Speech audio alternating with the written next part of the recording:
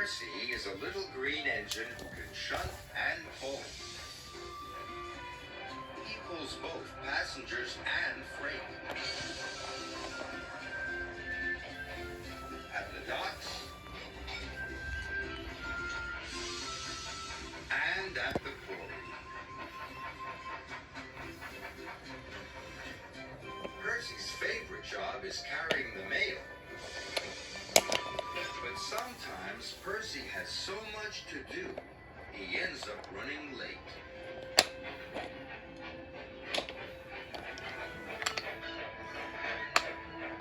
One evening, Percy arrived late at Brendam Docks.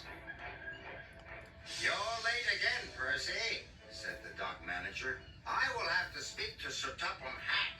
Percy was upset. Percy returned to Tidmouth's sheds. The other engines were already asleep. Then Percy heard voices on the other side of the sheds. It was Sir Topham Hatt, and he was talking to Percy's driver. Percy tried not to listen, but he couldn't help himself.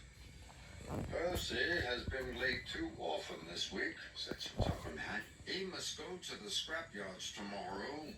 "Sir Topham Hatt wants to scrap me," gasped Percy.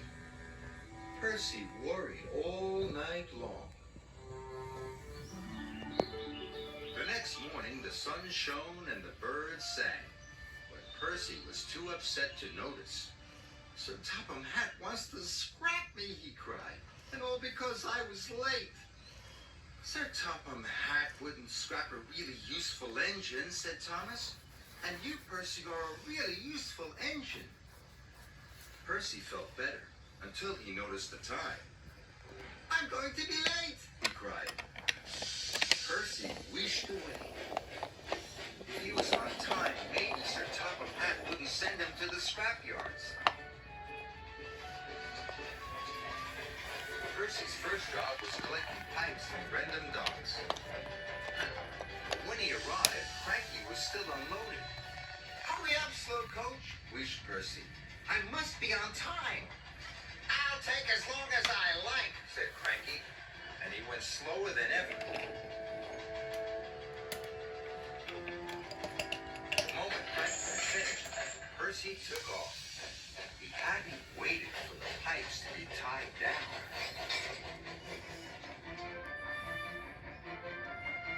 Percy rounded the bend.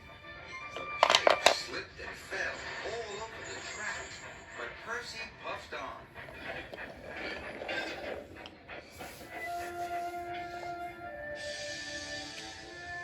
Percy thought he had delivered the pipes, so he chuffed away to his next job. Percy was to take some tar wagons to the workmen mending the roads. "Be careful," said his driver. "Tar is sticky stuff." But Percy wasn't being careful. He was going too fast. Percy charged down Gordon's hill. He didn't see Gordon and the express until it was too late.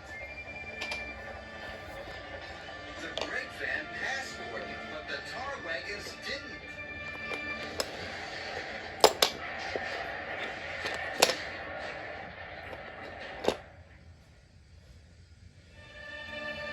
Luckily, no one was hurt, but Gordon was very cross. "Now look what you've done," he wished. "What will Sir Topham Hatt say?"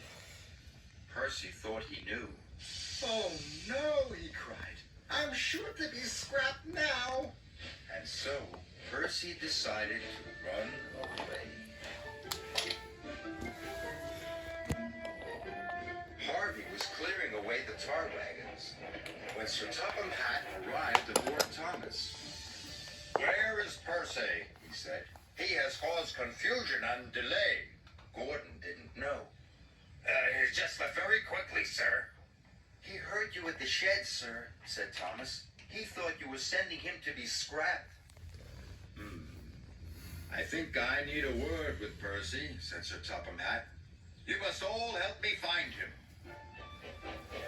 And so everyone looked for Percy.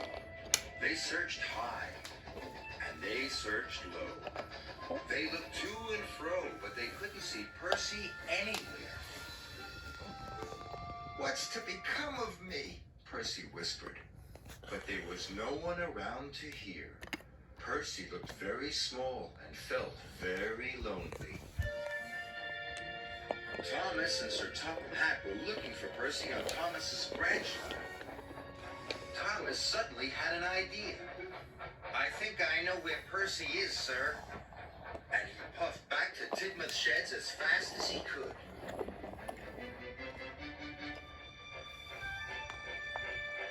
The sheds were very quiet as Thomas rolled into the engine berths. "Percy," called Sir Topham Hatt. "Are you there?" "Please don't scrap me, sir," he said. "I didn't mean to be late or cause trouble." "Scrap you?" boomed Sir Topham Hatt. "Why, the very thought of it." And Sir Topham Hatt told Percy what he had really said. "I told your driver you had been working too hard, and that was why you were late. I had decided that after taking some scrap to the smelters, you were to carry the mail all week." Percy was as happy as he had ever been. "Do you really mean it, sir?" puffed Percy proudly. "The mail for a whole week? Thank you, sir." Percy couldn't stop himself tooting for joy. Thomas tooted too. It was good to have his friend back. So Percy carried the mail all week. He wasn't late, and he didn't make a mistake. Not one. And Percy decided never to listen to silly stories ever again. Especially not ones made up by himself.